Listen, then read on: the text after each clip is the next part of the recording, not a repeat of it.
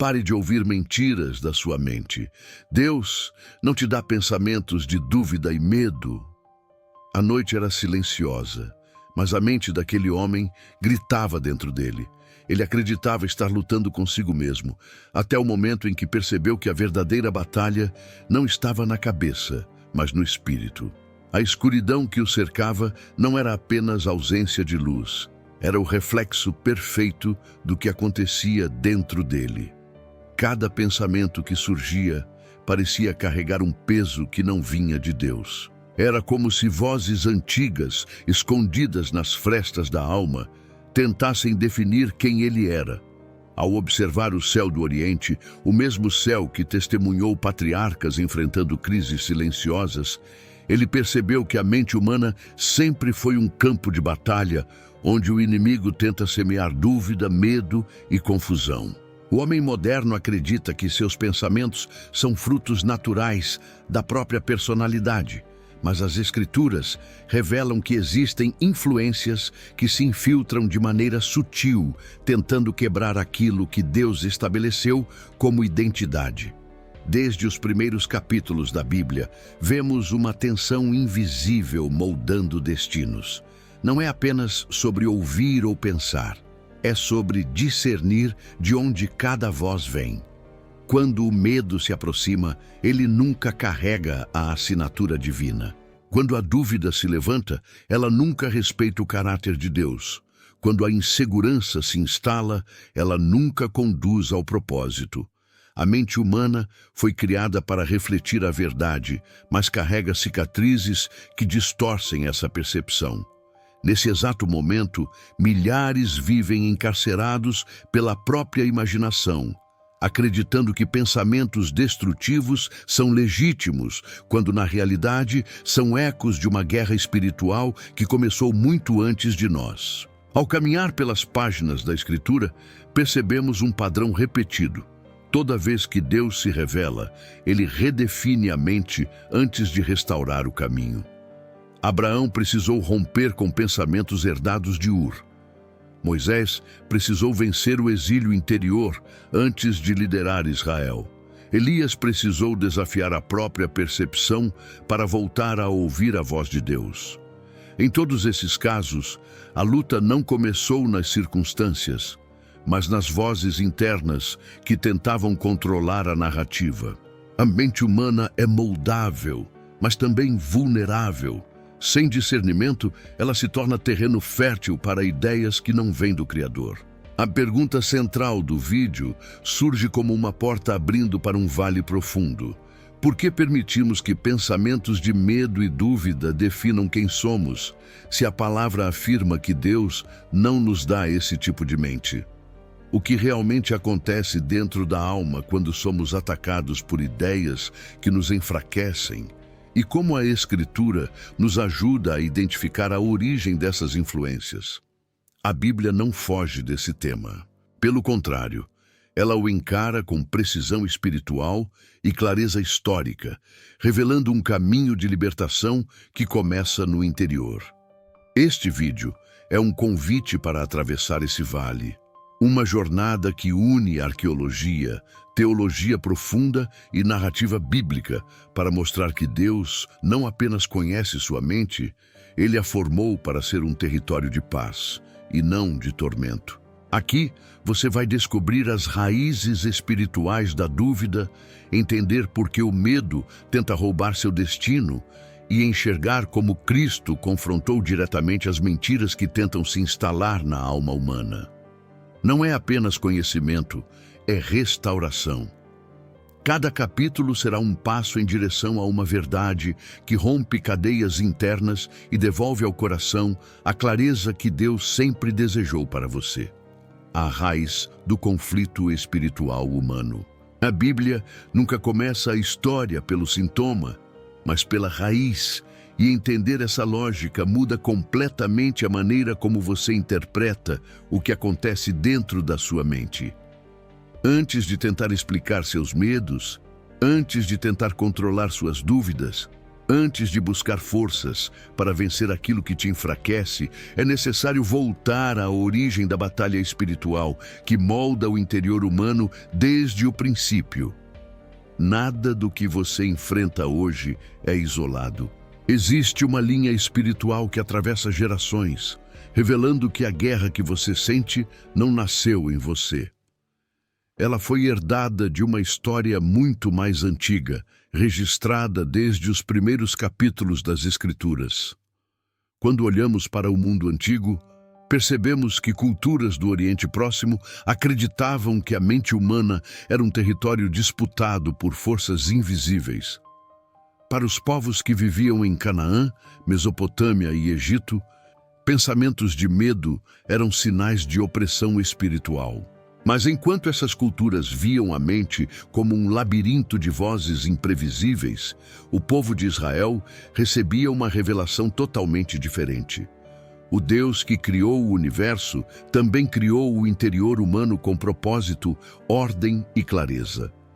A mente não era um campo caótico, mas um lugar onde Deus se revelava, onde instrução espiritual era recebida, onde decisões moldavam destino. Essa perspectiva contrasta com a nossa geração, que tenta explicar tudo de forma natural e psicológica, ignorando que a Bíblia apresenta uma guerra muito mais profunda do que qualquer diagnóstico emocional. A raiz do conflito espiritual humano aparece na primeira ruptura entre o Criador e a criatura. A dúvida entrou no mundo antes mesmo do primeiro ato de desobediência, mostrando que o ataque espiritual começa no pensamento e não na ação. A serpente não empurrou Eva para o erro. Ela introduziu uma ideia, uma sugestão, uma distorção sutil da identidade e da bondade de Deus. É nesse ponto que a Escritura nos alerta.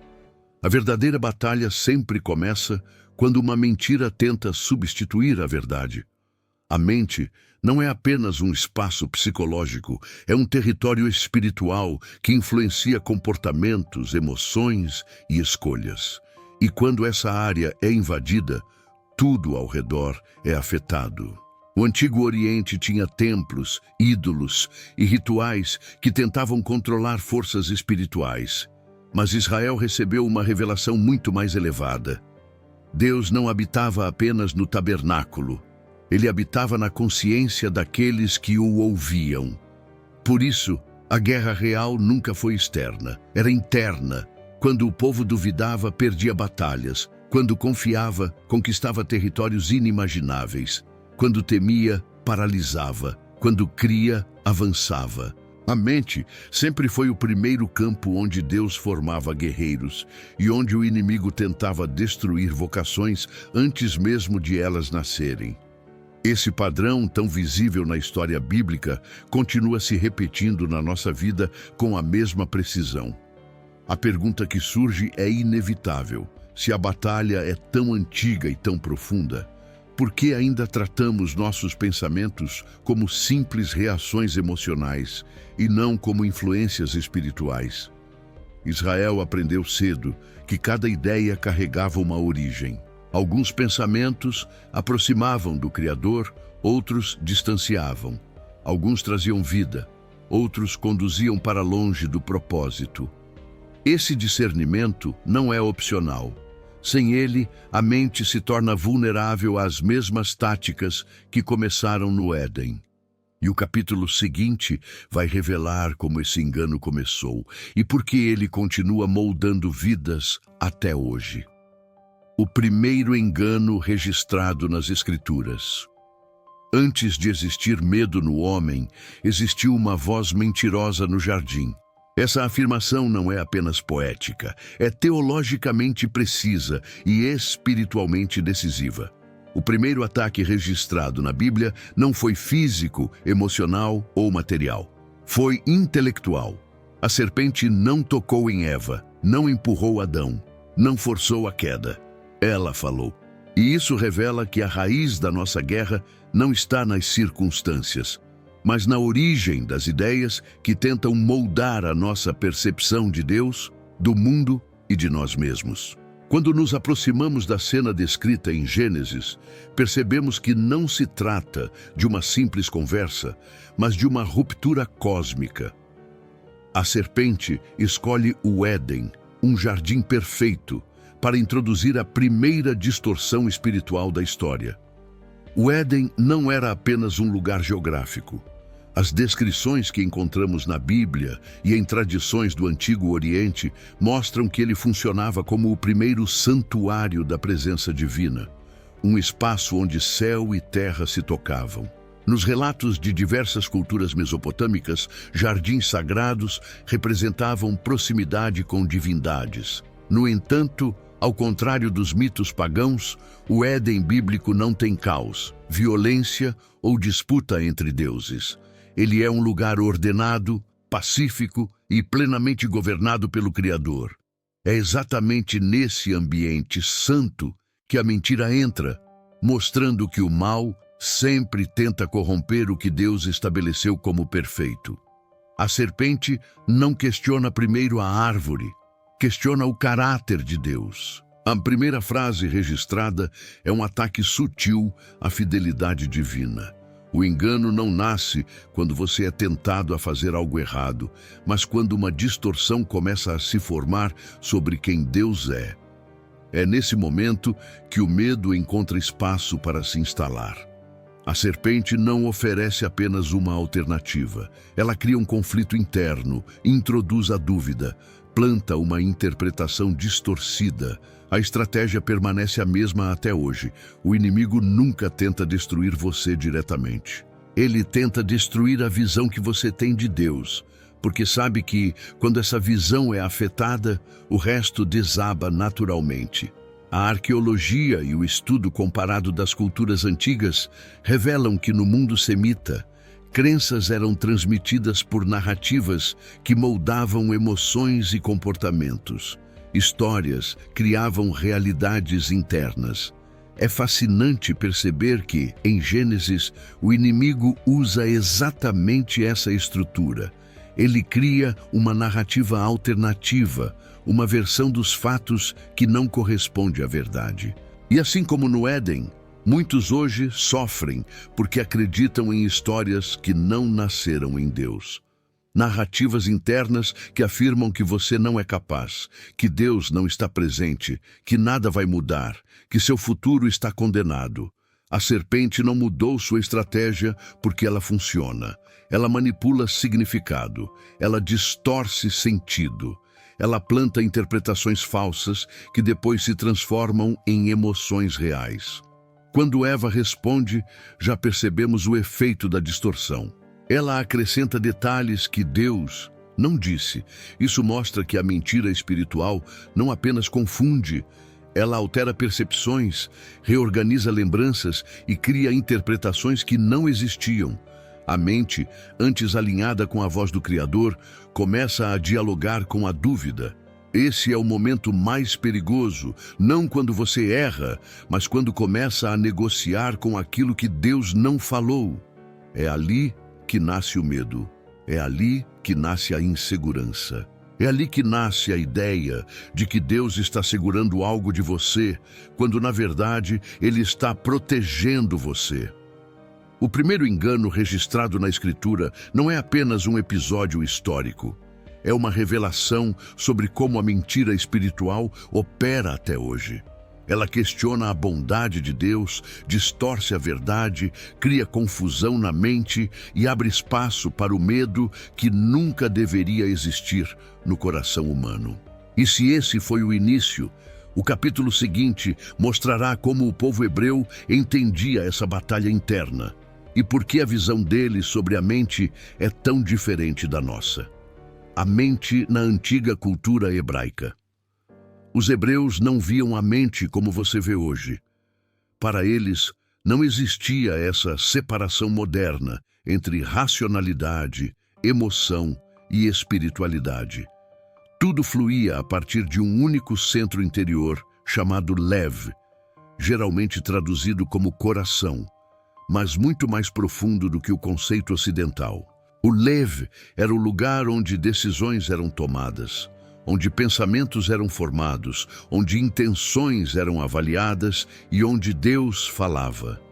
Entender isso muda completamente a forma como interpretamos a guerra espiritual, porque enquanto o mundo atual tenta explicar pensamentos como fenômenos químicos e psicológicos, a Bíblia os apresenta como elementos espirituais que moldam destino, comportamento e fidelidade. Na cultura hebraica antiga, um pensamento não era algo neutro. Ele tinha direção, propósito e origem. A mente era vista como um campo onde duas influências disputavam o governo: a instrução divina, que conduzia à vida, e as sugestões estranhas, que desviavam do caminho da aliança. Por isso, os textos do Antigo Testamento enfatizam a importância de guardar o coração acima de todas as coisas, porque dele procedem as fontes da vida. Essa não é uma metáfora poética.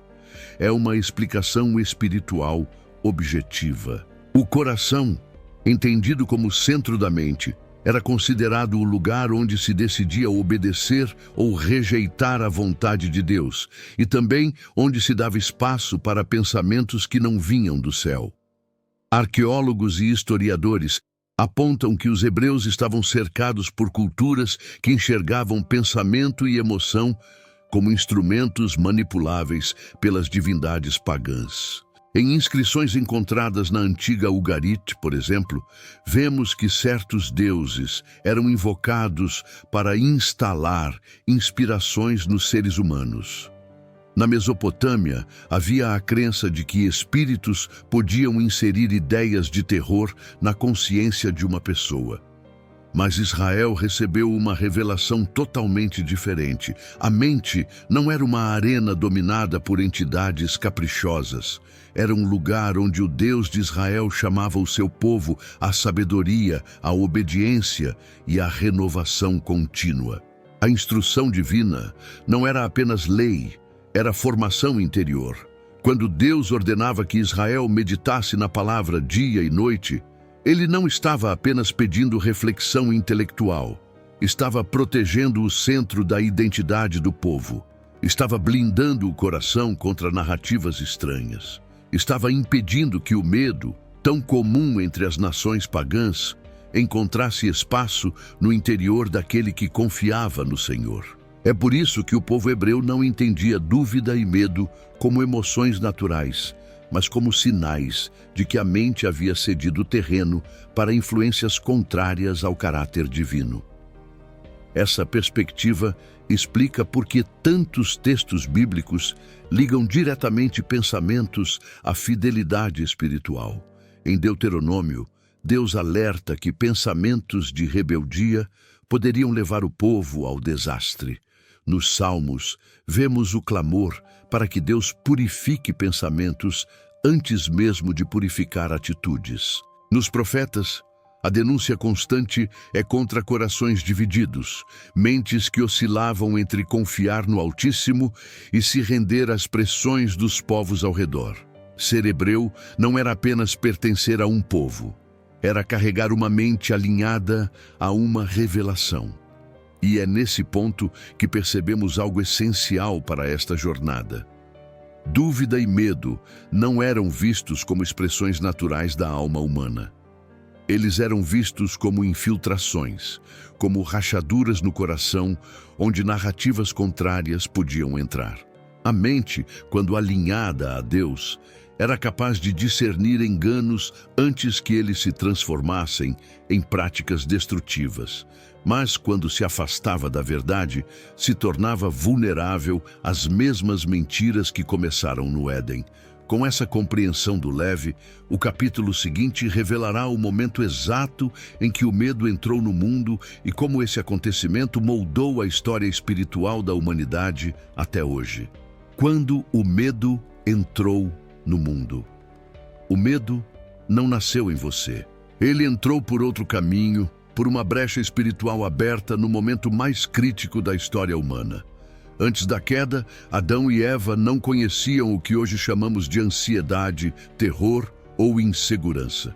Não havia essa nuvem silenciosa que pressiona a alma e enfraquece a consciência. A mente deles era totalmente harmonizada com a presença de Deus, livre de distorções, alinhada à verdade e protegida por uma confiança natural que fluía do Criador.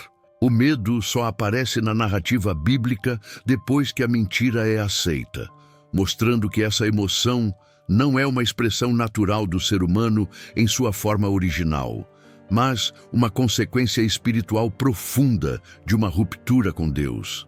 A primeira vez que o medo é mencionado na Bíblia é após o pecado, quando Deus chama Adão no jardim e ele responde com uma frase que nunca havia existido naquele mundo perfeito: "Tive medo." Essa declaração é uma revelação.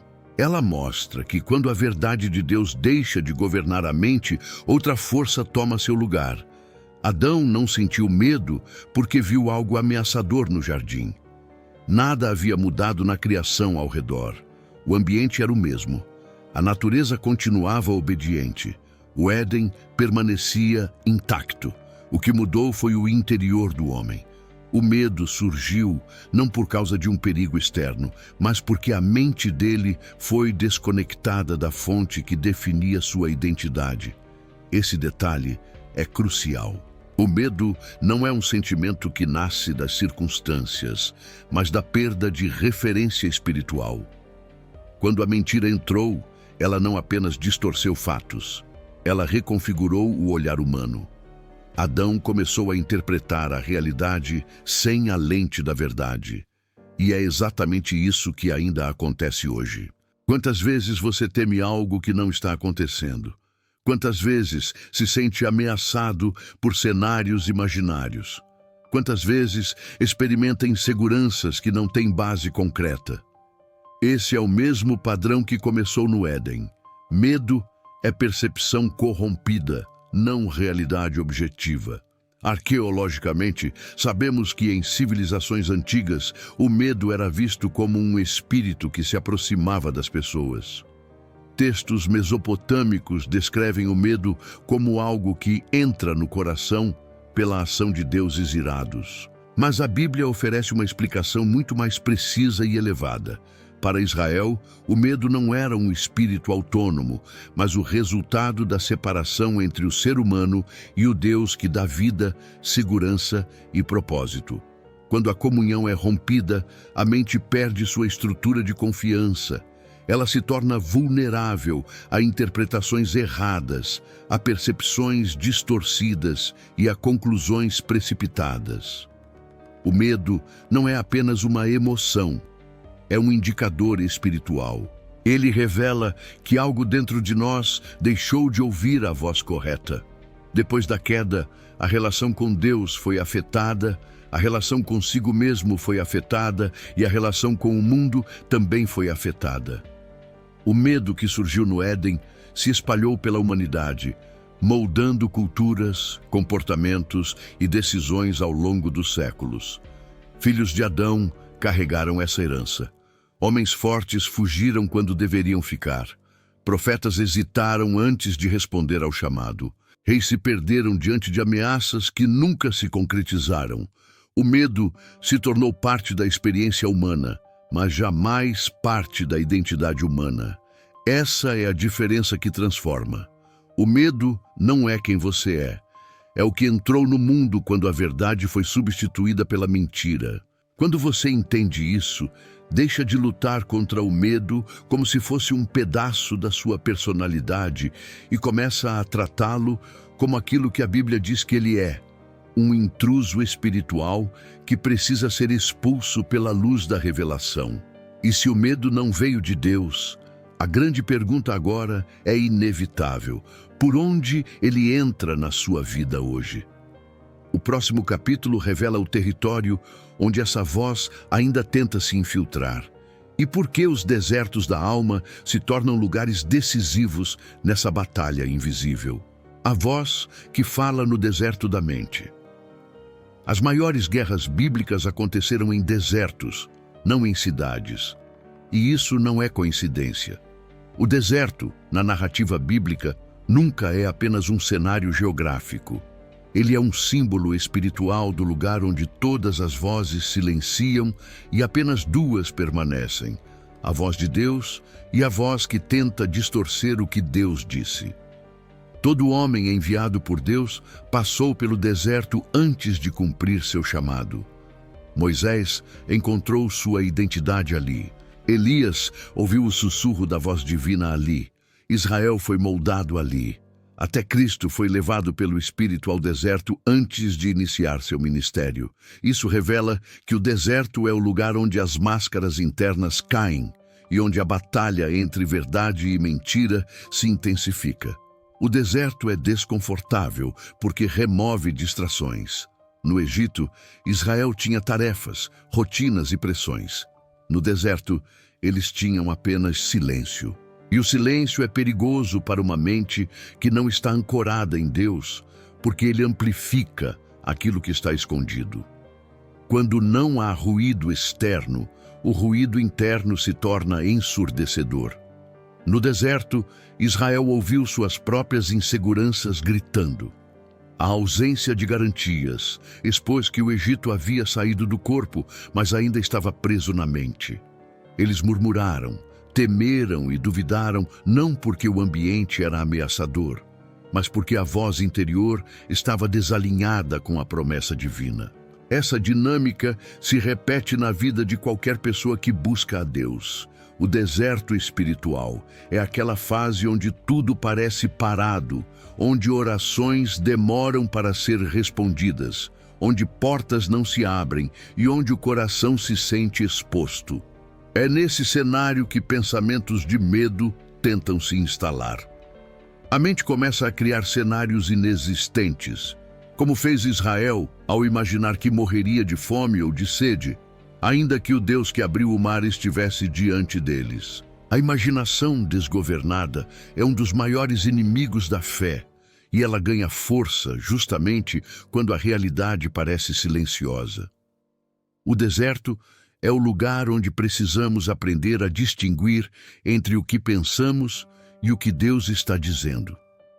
Quando estudamos a cultura bíblica antiga, percebemos que o deserto não era apenas visto como um espaço de ausência, mas como um santuário de revelação.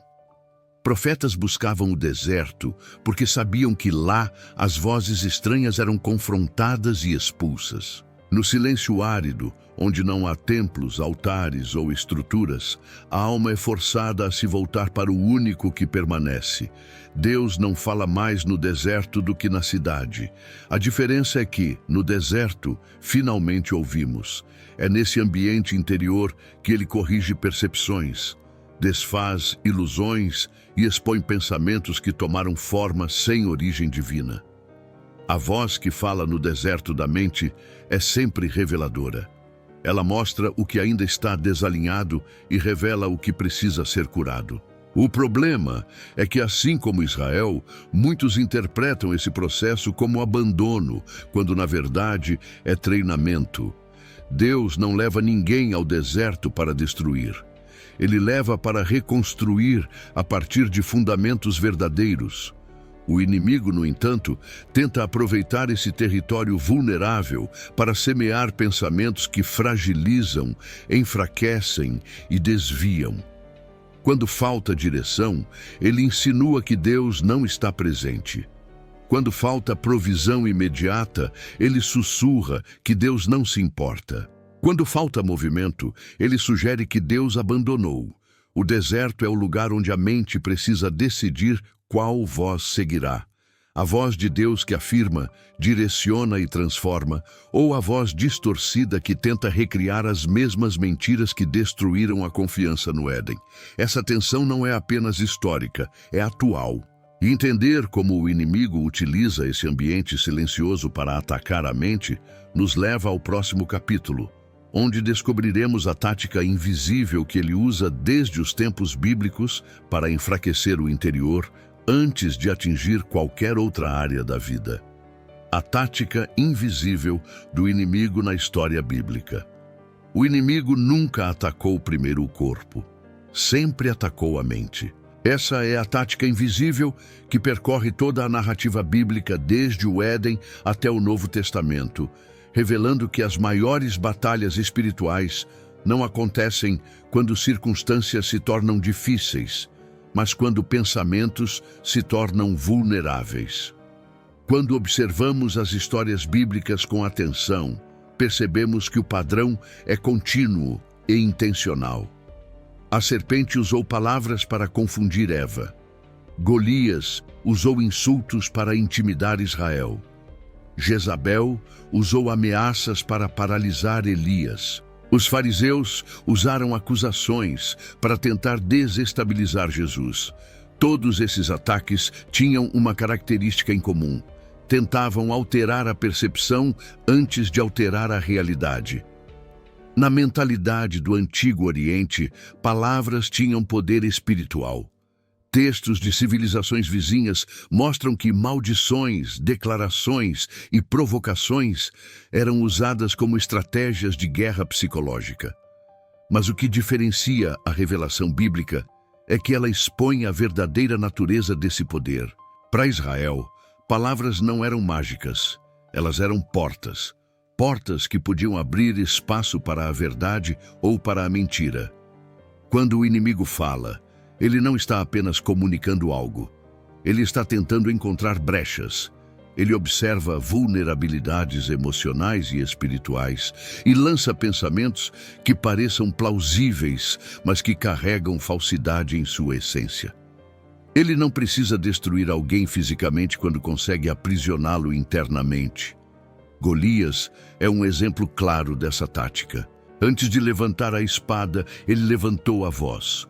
Por 40 dias, seu objetivo não era vencer uma batalha física, mas convencer Israel de que eles já estavam derrotados. O inimigo sempre tenta vencer a guerra mental antes da guerra visível. Quando Elias fugiu de Jezabel, não foi por causa de uma ameaça física, mas por causa da interpretação que ele criou daquelas palavras. A ameaça tocou uma insegurança profunda, e o profeta, que havia enfrentado centenas de falsos profetas no Monte Carmelo, se sentiu incapaz diante de uma voz solitária. Isso mostra que até gigantes espirituais podem ser afetados quando uma mentira encontra espaço dentro deles. Na época do Império Assírio, arqueólogos encontraram inscrições que mostram oficiais militares usando discursos psicológicos para intimidar cidades sitiadas. Eles gritavam para que o povo perdesse a esperança e vissem sua derrota como inevitável. Esse mesmo padrão aparece em 2 Reis 18, quando o comandante assírio tenta convencer Jerusalém de que confiar em Deus era inútil. A tática não muda, porque a mente humana continua sendo o terreno mais estratégico da batalha espiritual. No Novo Testamento, vemos o inimigo tentando usar a mesma abordagem com Cristo.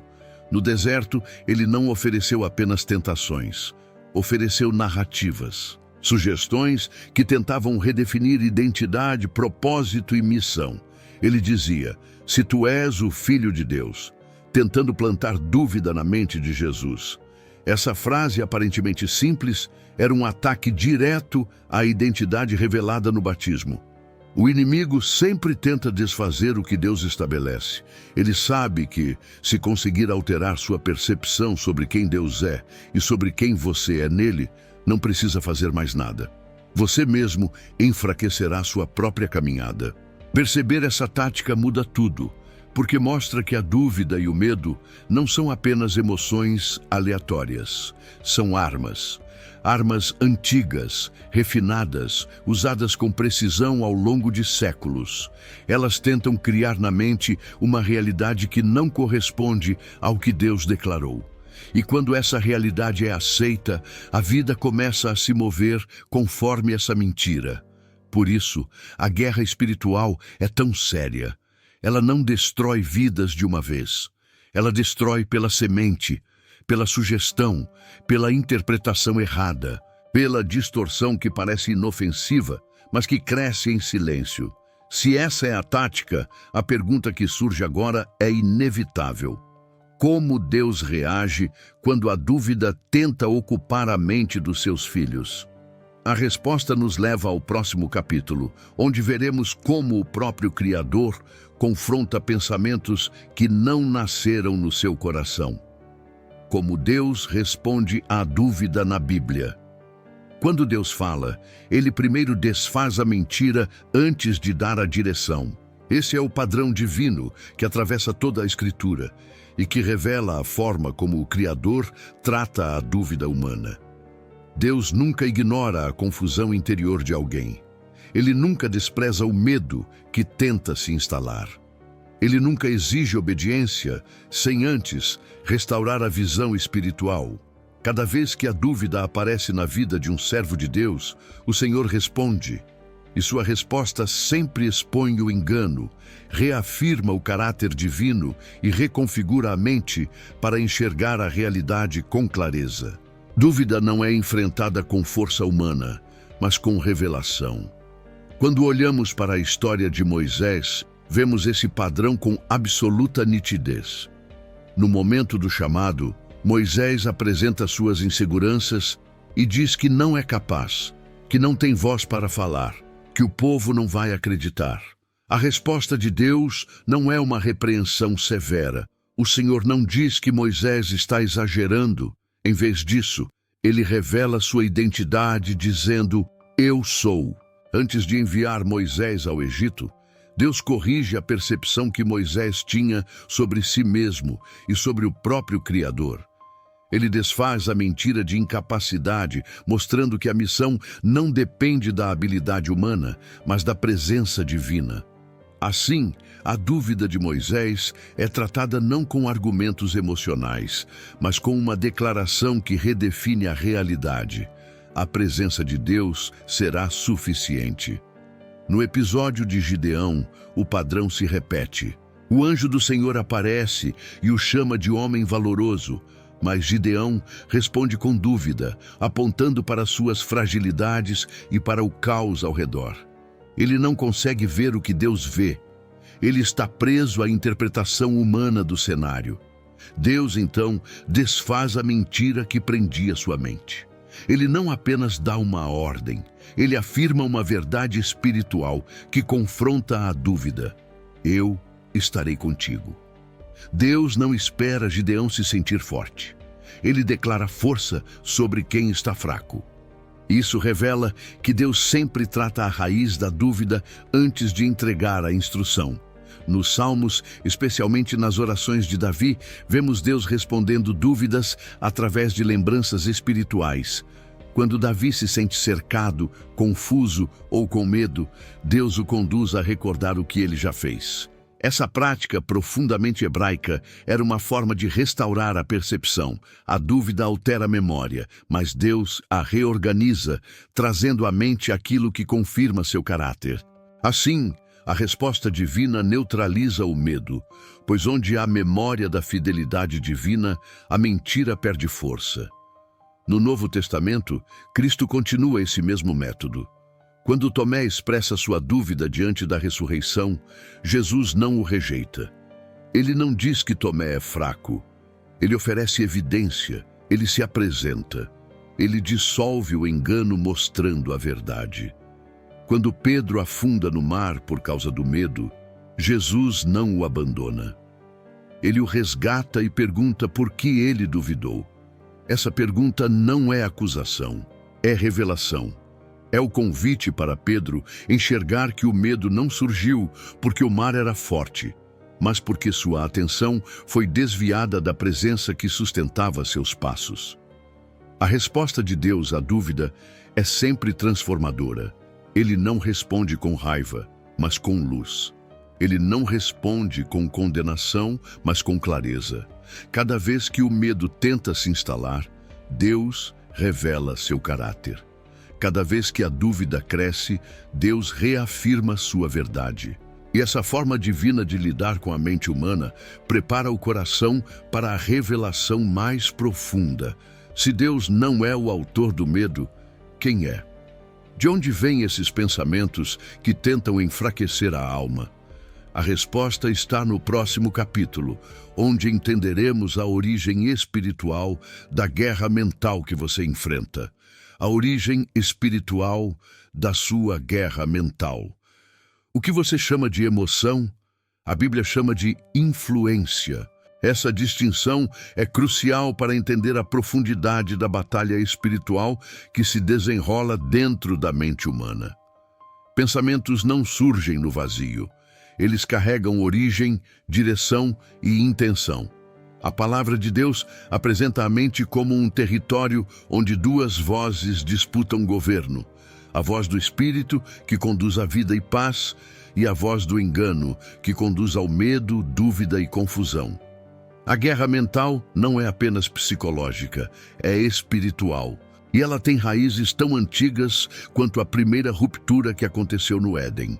As Escrituras revelam que o ser humano foi criado para funcionar em harmonia com Deus. Isso significa que sua mente foi estruturada para reconhecer, discernir e responder à verdade. Mas quando a queda aconteceu, essa capacidade foi fragmentada. A mente deixou de ser exclusivamente iluminada por Deus e passou a ser vulnerável a influências contrárias. Paulo descreve isso com precisão em suas cartas. Ele diz que há pensamentos que se levantam contra o conhecimento de Deus, mostrando que a dúvida não nasce naturalmente. Ela se levanta. Ela tenta ocupar um espaço. Ela procura território. Quando ele afirma que devemos levar cativo todo o pensamento, ele está dizendo que a mente se tornou um campo onde ideias precisam ser examinadas, confrontadas e submetidas à verdade de Cristo. Em Efésios, Paulo mostra que a luta do crente não é contra carne ou sangue, mas contra forças espirituais que operam de maneiras sutis, muitas vezes através de sugestões internas. Ele fala sobre setas inflamadas, uma imagem poderosa que revela como o inimigo lança pensamentos que queimam, ferem e provocam inquietação. Essas setas não atingem o corpo, atingem a mente.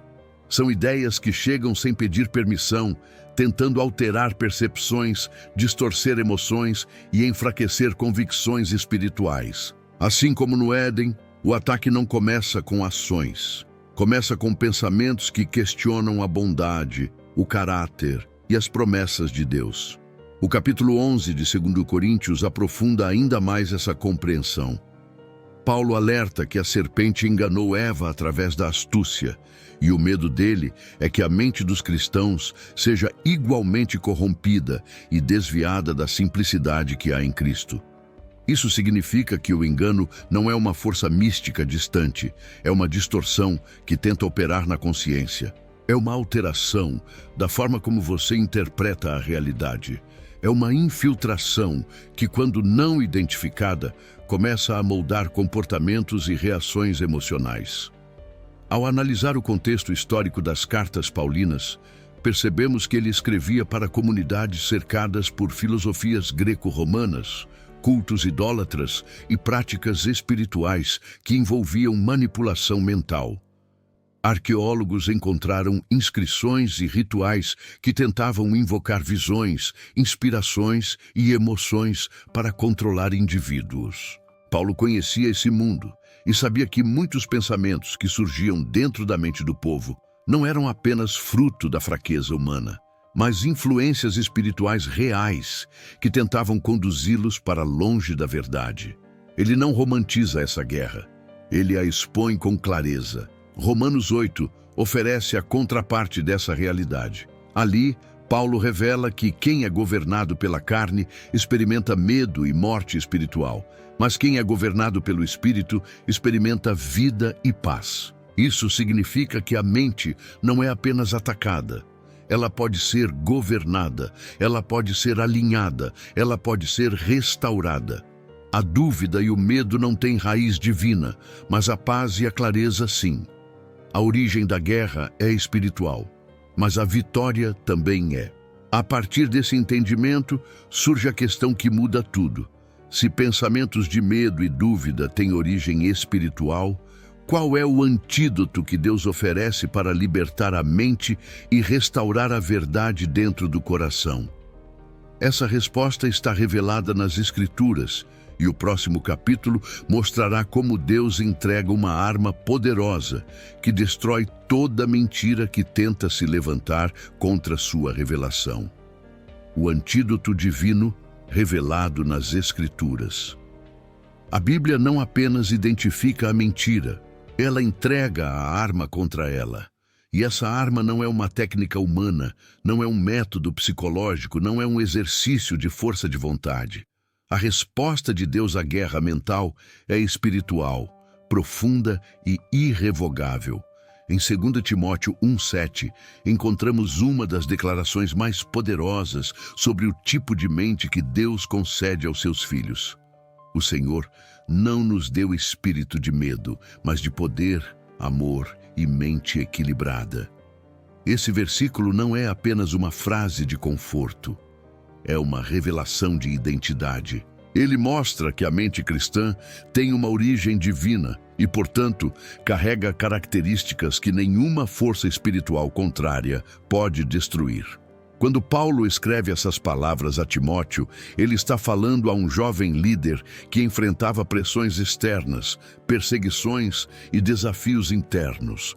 A igreja estava sendo atacada, falsos mestres criavam confusão, governos hostis intimidavam. E no meio desse cenário, Paulo não diz a Timóteo para ser apenas corajoso. Ele revela algo mais elevado. Deus já havia lhe dado uma mente diferente. Isso significa que a mente cristã não é construída pelo esforço humano. Ela é recebida, ela é dom espiritual. Ela é obra do Espírito Santo dentro daquele que crê. O medo não faz parte dessa estrutura. Ele é uma presença estranha que tenta ocupar um espaço que não lhe pertence. A palavra grega, traduzida como mente equilibrada, carrega o sentido de discernimento, autocontrole e clareza de espírito. Em outras palavras, Deus dá ao crente uma mente capaz de enxergar a verdade, mesmo quando as circunstâncias são caóticas. Essa mente não é dominada por impulsos, interpretações distorcidas ou vozes internas que tentam confundir. Ela é guiada pela verdade revelada. Nos tempos do Novo Testamento, essa revelação era revolucionária. As culturas greco-romanas acreditavam que a mente humana estava sujeita a forças imprevisíveis. Filósofos descreviam a alma como um barco vulnerável aos ventos das paixões. Mas o cristianismo apresenta algo radicalmente distinto. Uma mente governada pelo Espírito, estabilizada pela verdade e protegida pela presença de Cristo. A arqueologia confirma que, nos primeiros séculos, cristãos eram conhecidos por sua estabilidade emocional e espiritual, mesmo diante da perseguição. Historiadores romanos registraram que eles permaneciam firmes enquanto outros sucumbiam ao pânico. Essa postura não vinha de resistência psicológica, mas da certeza profunda de que a mente deles estava ancorada em Deus. O antídoto contra o medo não era coragem humana, era identidade divina. Era a convicção de que a verdade de Deus permanecia maior do que qualquer ameaça. Cristo é o maior exemplo desse antídoto em ação. Durante seu ministério, ele enfrentou tentações, acusações e perseguições, mas sua mente nunca foi dominada por medo, dúvida ou desespero. Isso não aconteceu porque ele ignorava a dor ou as circunstâncias, mas porque ele permanecia absolutamente alinhado ao Pai. Em todas as situações, sua resposta era fundamentada na verdade. Quando tentado no deserto, ele não discutiu com o inimigo. Ele declarou a palavra. Quando ameaçado, ele permaneceu firme. Quando confrontado, respondeu com sabedoria. A mente de Cristo era luz pura, e essa luz expunha qualquer sombra de mentira ao seu redor. É por isso que o antídoto divino é sempre revelação. A mente equilibrada que Paulo descreve é a mente informada pela verdade de Cristo. É a mente confrontada pela palavra. É a mente fortalecida pela presença do Espírito. Quando a mentira tenta entrar, ela é rejeitada não por força, mas por clareza. Quando o medo se aproxima, ele é expulso não por resistência humana, mas pela confiança na identidade espiritual que Deus concedeu. Agora surge a pergunta que conduz ao coração desta jornada. Como Jesus, sendo plenamente homem, venceu o ruído mental que tenta paralisar a humanidade? A resposta está no próximo capítulo, onde veremos a vitória interior de Cristo como modelo perfeito para aqueles que enfrentam batalhas invisíveis dentro da mente. A vitória interior na vida de Cristo. Antes de vencer o mundo, Cristo venceu o ruído da mente humana. Essa afirmação revela uma dimensão profunda da encarnação. Jesus não apenas assumiu um corpo humano, ele assumiu a experiência humana, incluindo a pressão mental que tenta paralisar qualquer pessoa que deseja cumprir o propósito divino. No deserto, ele foi tentado de todas as formas possíveis, não para provar sua fraqueza, mas para revelar como a mente pode permanecer firme, mesmo quando o inimigo tenta introduzir interpretações falsas sobre identidade, propósito e destino. A vitória de Cristo ali não é narrativa simbólica. É um manual espiritual para todo aquele que enfrenta pensamentos que não nascem de Deus. Ao ser conduzido pelo Espírito ao deserto, Jesus não foi levado a um castigo, mas a um confronto necessário. No silêncio árido, onde não há distrações, a voz do inimigo se torna mais evidente, e é ali que podemos ver a natureza real da guerra espiritual. As tentações registradas em Mateus não começam com ofertas materiais, mas com uma frase estratégica: "Se tu és o Filho de Deus". Essa declaração tenta lançar dúvida sobre a identidade revelada no batismo. Antes de tentar desviar Jesus para comportamentos errados, o inimigo tenta alterar sua percepção sobre si mesmo.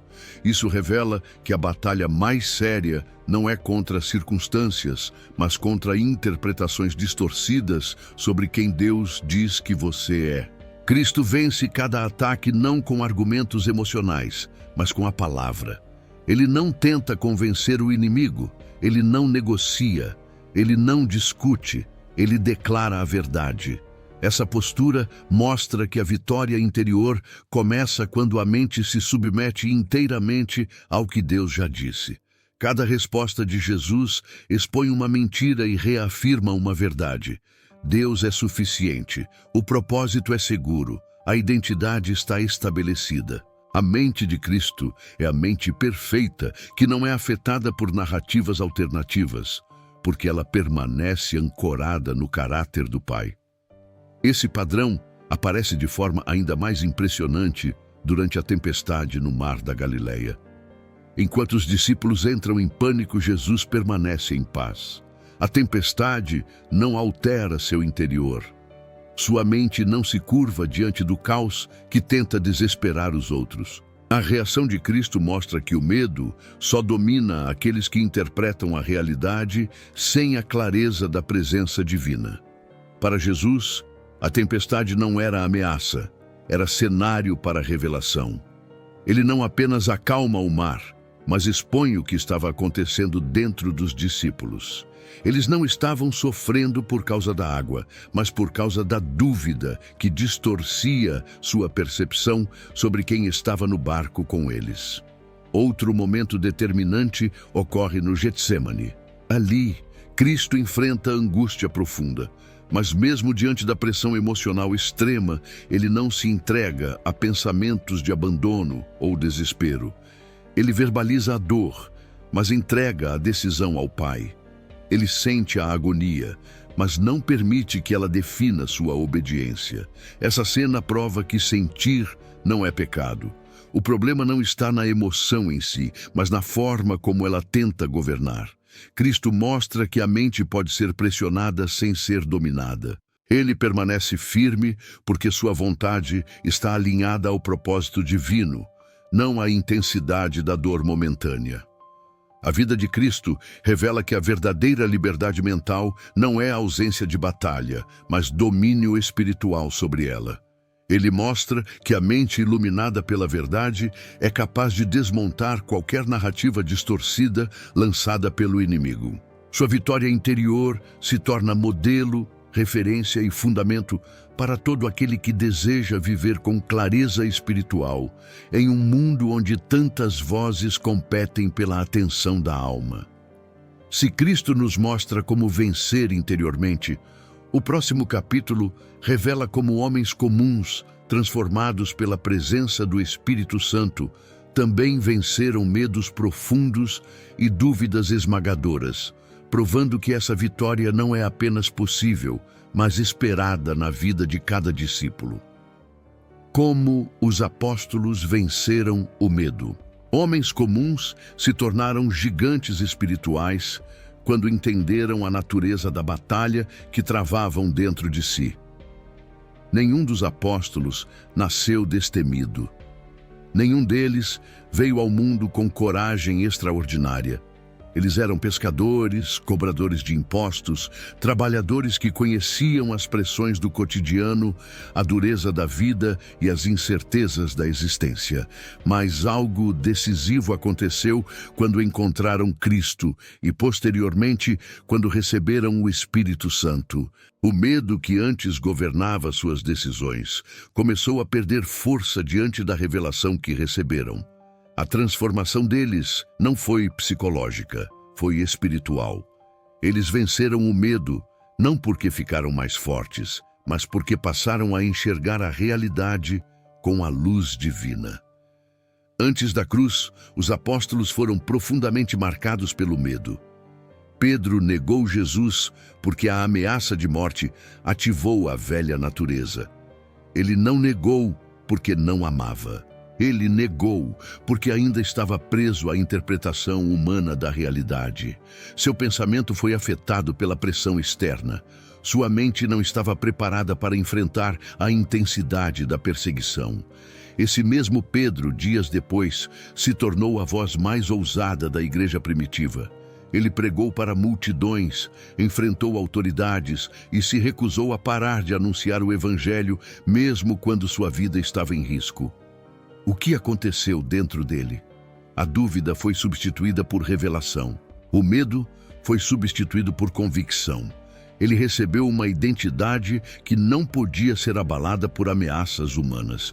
O mundo romano, onde os apóstolos viveram, era um ambiente de brutalidade, opressão e instabilidade.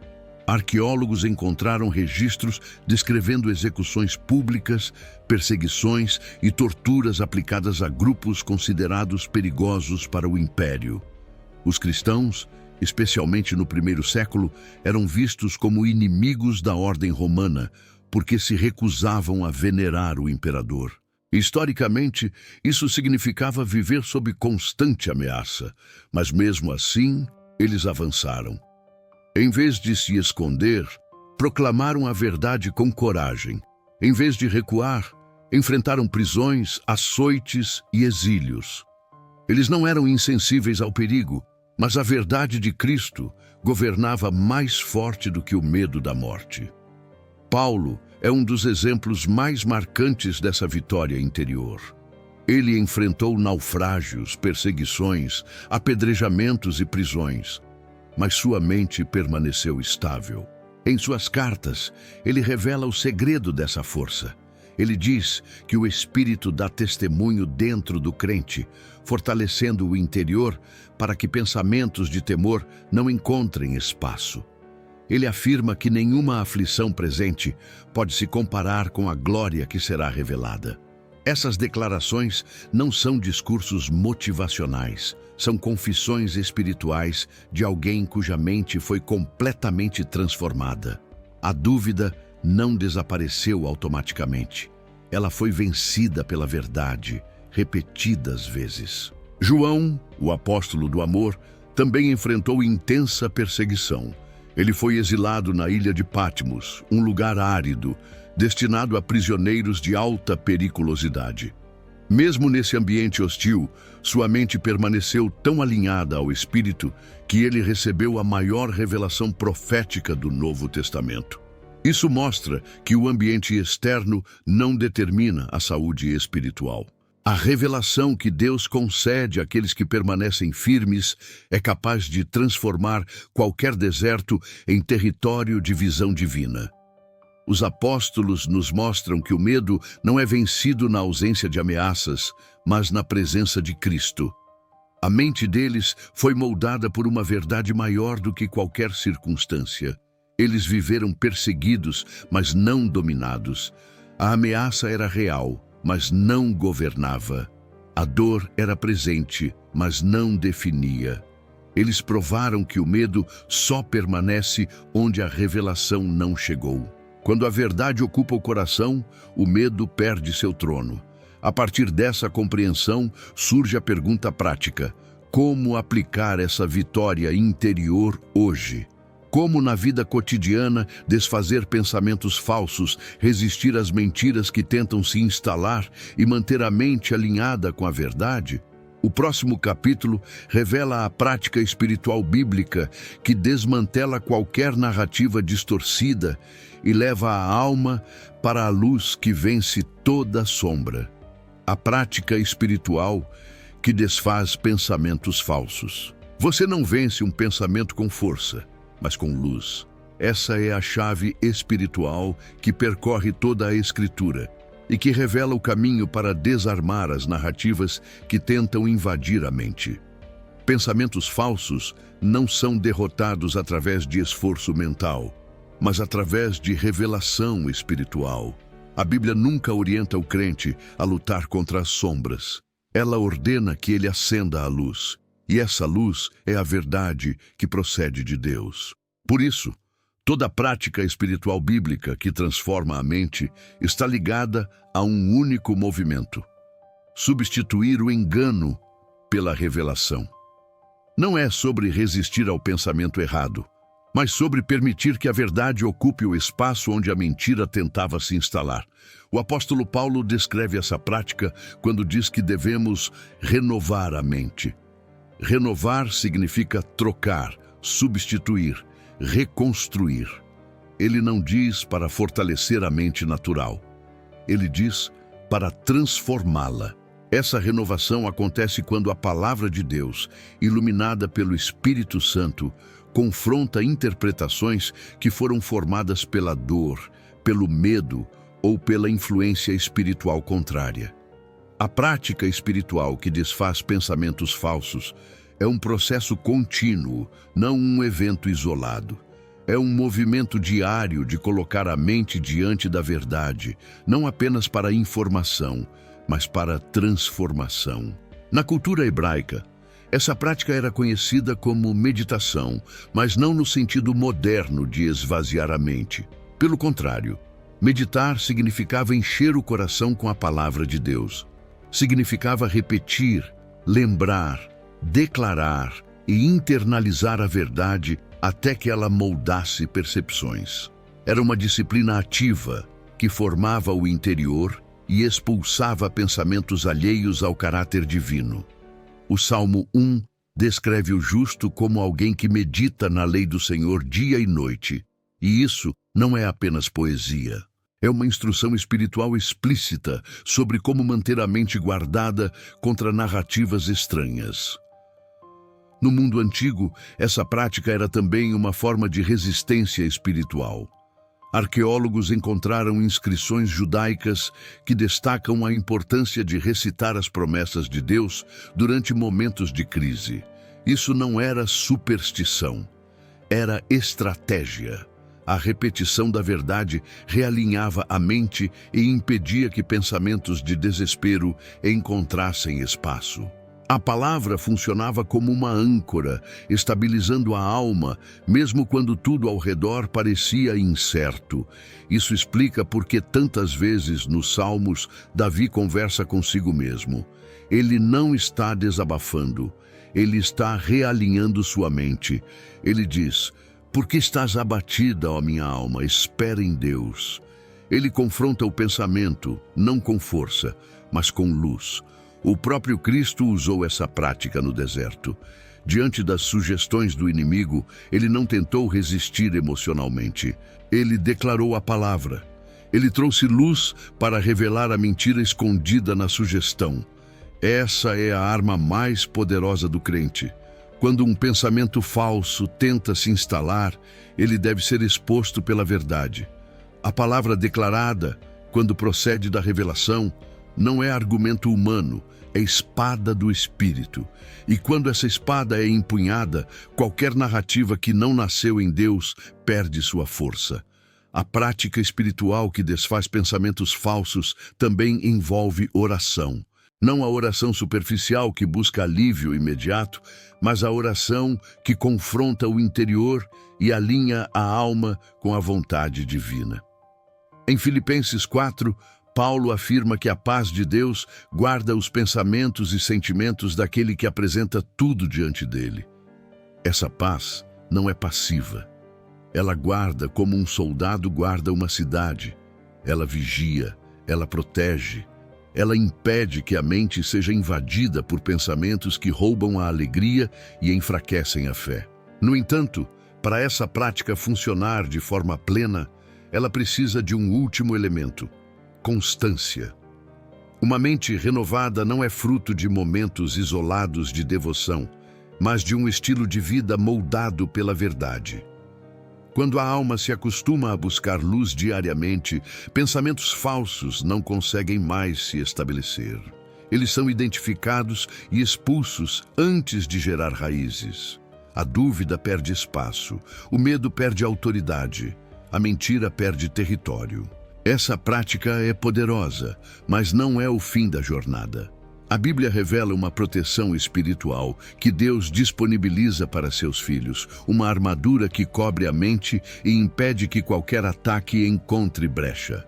E é exatamente essa revelação que será explorada no próximo capítulo, onde veremos a armadura da mente, segundo as Escrituras, e como ela funciona como fortaleza espiritual para aqueles que desejam viver livres da influência da mentira. A armadura da mente, segundo as Escrituras. A Bíblia nunca manda você lutar sozinho. Ela manda você se vestir para vencer. Essa revelação é fundamental para entender como a mente pode permanecer inabalável, mesmo quando pensamentos de dúvida, medo e confusão tentam se infiltrar. A armadura espiritual descrita em Efésios 6 não é uma metáfora poética. Ela é uma estrutura espiritual real, aplicada diariamente à consciência, que protege o coração contra ataques invisíveis. Cada peça dessa armadura não atua apenas no exterior, mas no interior, moldando a mente para que pensamentos distorcidos não encontrem espaço para se desenvolver. O capacete da salvação é o elemento mais diretamente ligado à mente. Ele não protege apenas contra ideias equivocadas, mas contra interpretações espirituais falsas sobre quem você é e sobre quem Deus é. No mundo romano, o capacete era a última peça colocada por um soldado antes da batalha, simbolizando prontidão e proteção vital. Arqueólogos encontraram capacetes militares do século I, com reforços metálicos projetados especificamente para proteger o cérebro contra golpes inesperados. Isso é significativo, porque Paulo, ao usar essa imagem, revela que o ataque mais perigoso contra um crente não é físico, mas mental. Ele sabe que se a mente for ferida, todo o resto da armadura perde sua eficácia. A salvação para Paulo não é apenas um evento passado ou uma promessa futura. Ela é uma realidade presente que se torna proteção para a mente. Isso significa que pensamentos de medo e dúvida não conseguem dominar aquele que está consciente da obra completa de Cristo. A salvação protege contra a acusação, contra a mentira e contra a interpretação distorcida dos acontecimentos. Quando a mente está firmemente ancorada na obra da cruz, ela não se curva diante de narrativas que tentam enfraquecer a fé. O capacete da salvação bloqueia ataques antes que eles se tornem pensamentos e desfaz pensamentos antes que eles se tornem fortificações. Outra peça fundamental da armadura é o cinturão da verdade. No equipamento romano, o cinturão sustentava toda a armadura. Sem ele, o soldado ficava vulnerável. Da mesma forma, a verdade é o fundamento espiritual que impede que pensamentos enganosos se tornem convicções. Quando a mente não está firmada na verdade, qualquer sugestão pode se transformar em realidade interna. Mas quando a verdade está no lugar certo, a mente se torna estável, lúcida e protegida. A verdade é uma defesa contra a distorção.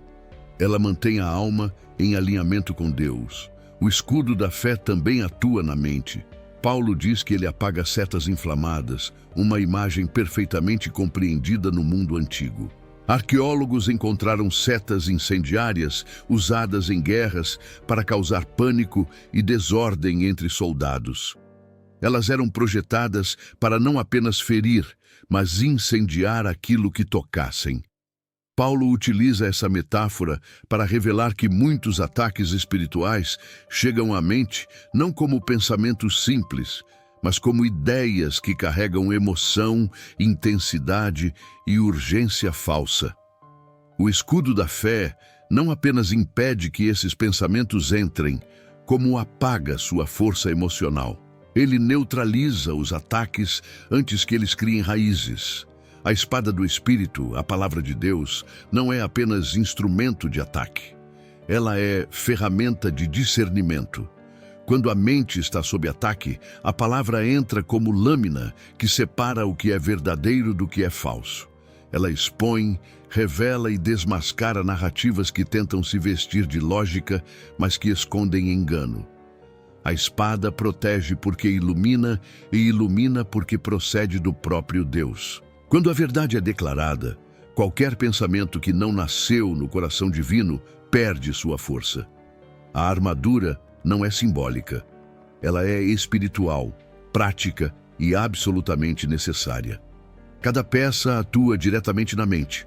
Ela protege identidade, confronta mentira, desfaz distorções e fortalece a consciência.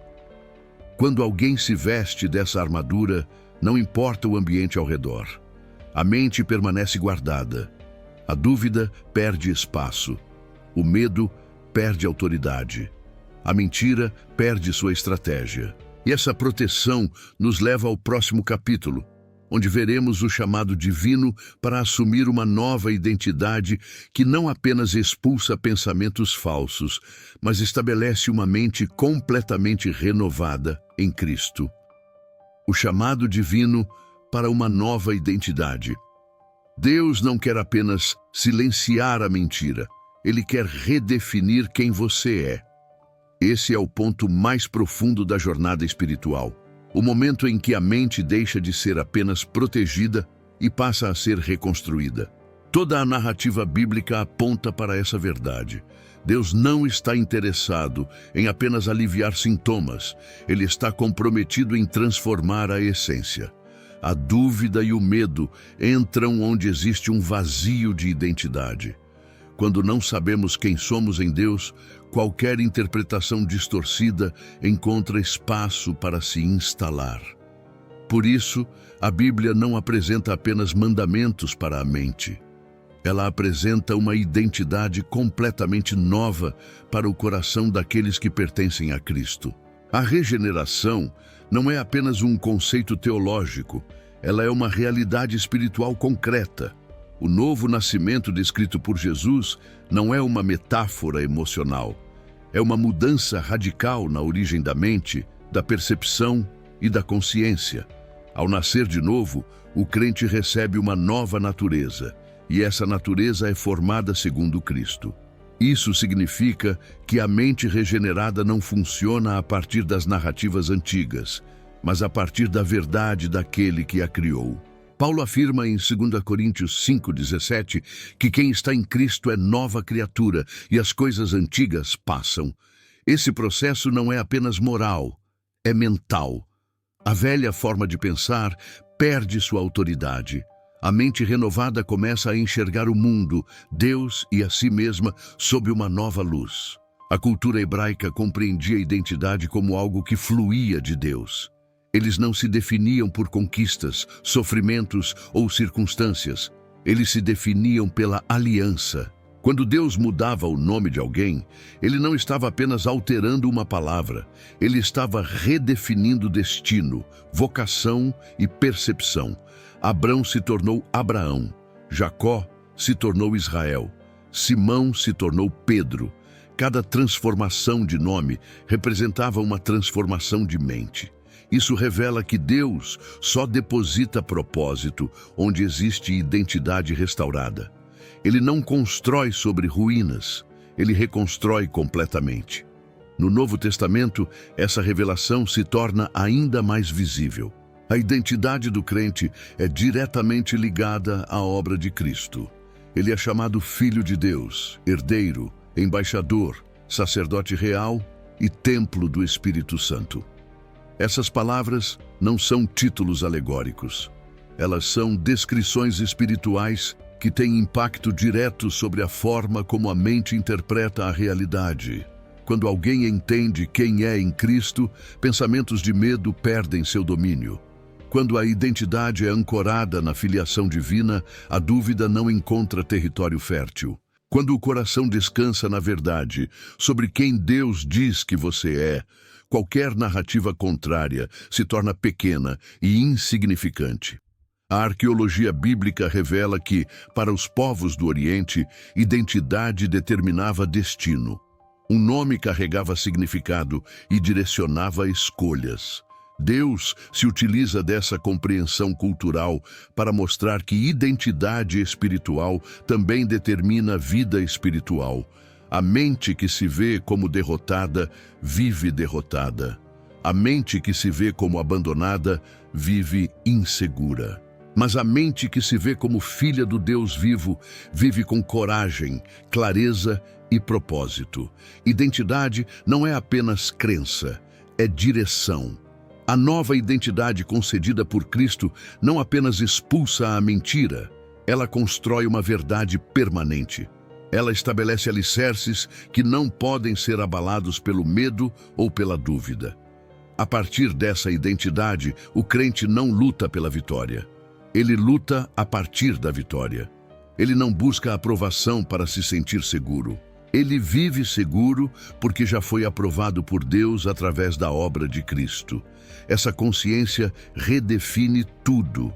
Ela transforma a forma como você vê a si mesmo, como vê o mundo e como interpreta qualquer ataque espiritual. Mas essa identidade não termina em si mesma. Ela nos conduz ao clímax da jornada, a verdade definitiva que desfaz toda mentira, a revelação suprema que, quando entendida, encerra qualquer disputa sobre quem governa sua mente. E é exatamente essa revelação que o próximo capítulo trará à luz. Clímax, a verdade que desfaz toda a mentira. A dúvida não nasce quando falta fé, mas quando falta luz sobre quem Cristo é. Essa é a revelação que encerra toda a batalha mental, o ponto mais alto desta jornada espiritual, onde todas as vozes silenciam diante da verdade que governa o universo. A mente humana foi criada para funcionar iluminada pela glória de Deus, e é essa glória, revelada em Cristo, que desfaz qualquer engano que tentou se instalar desde o Éden. Toda mentira perde força quando confrontada com a revelação correta de Cristo. Toda dúvida se dissolve quando a alma enxerga quem Ele é em sua plenitude. Todo medo se curva quando a consciência é tomada pela verdade eterna do Evangelho. Desde o início da Bíblia, vemos que a mentira só encontrou espaço quando a visão sobre Deus foi distorcida. A serpente não atacou a capacidade humana. Ela atacou a imagem que o ser humano tinha do Criador.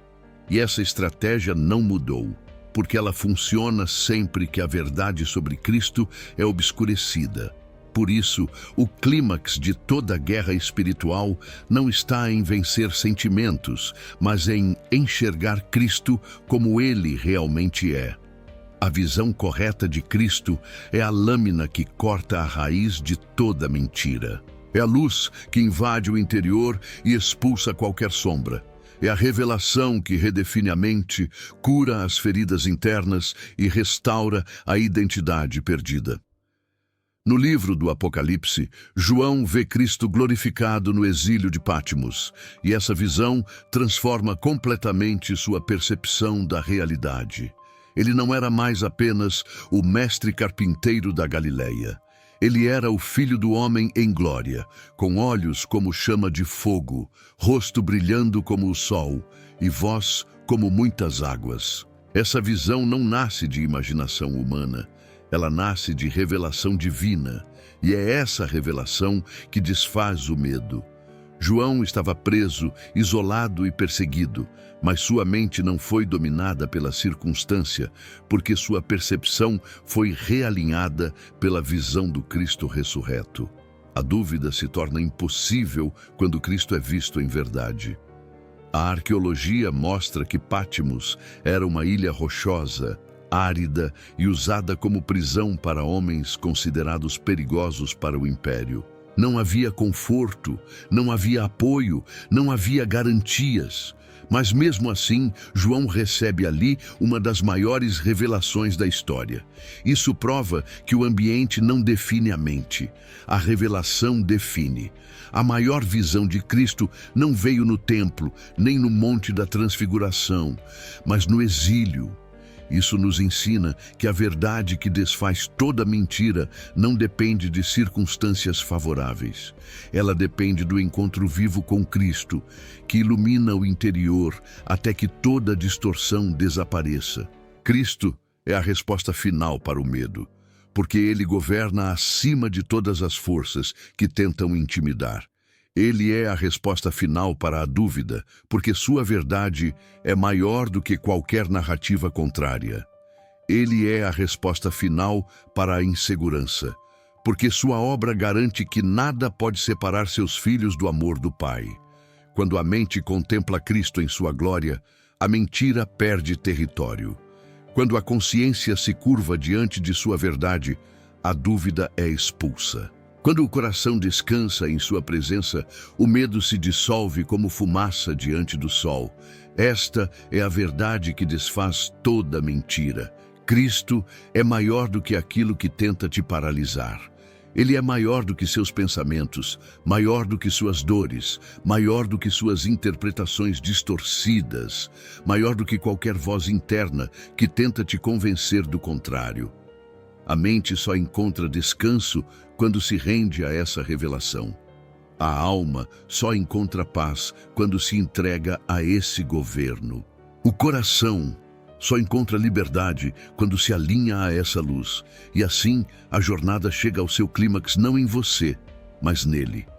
Cristo é o início e o fim da batalha mental. Ele é a luz que expõe, a verdade que cura e a revelação que restaura. Ao contemplar quem Ele é, você não apenas vence pensamentos falsos, você descobre quem realmente é e, finalmente, experimenta a liberdade que Deus planejou desde o princípio.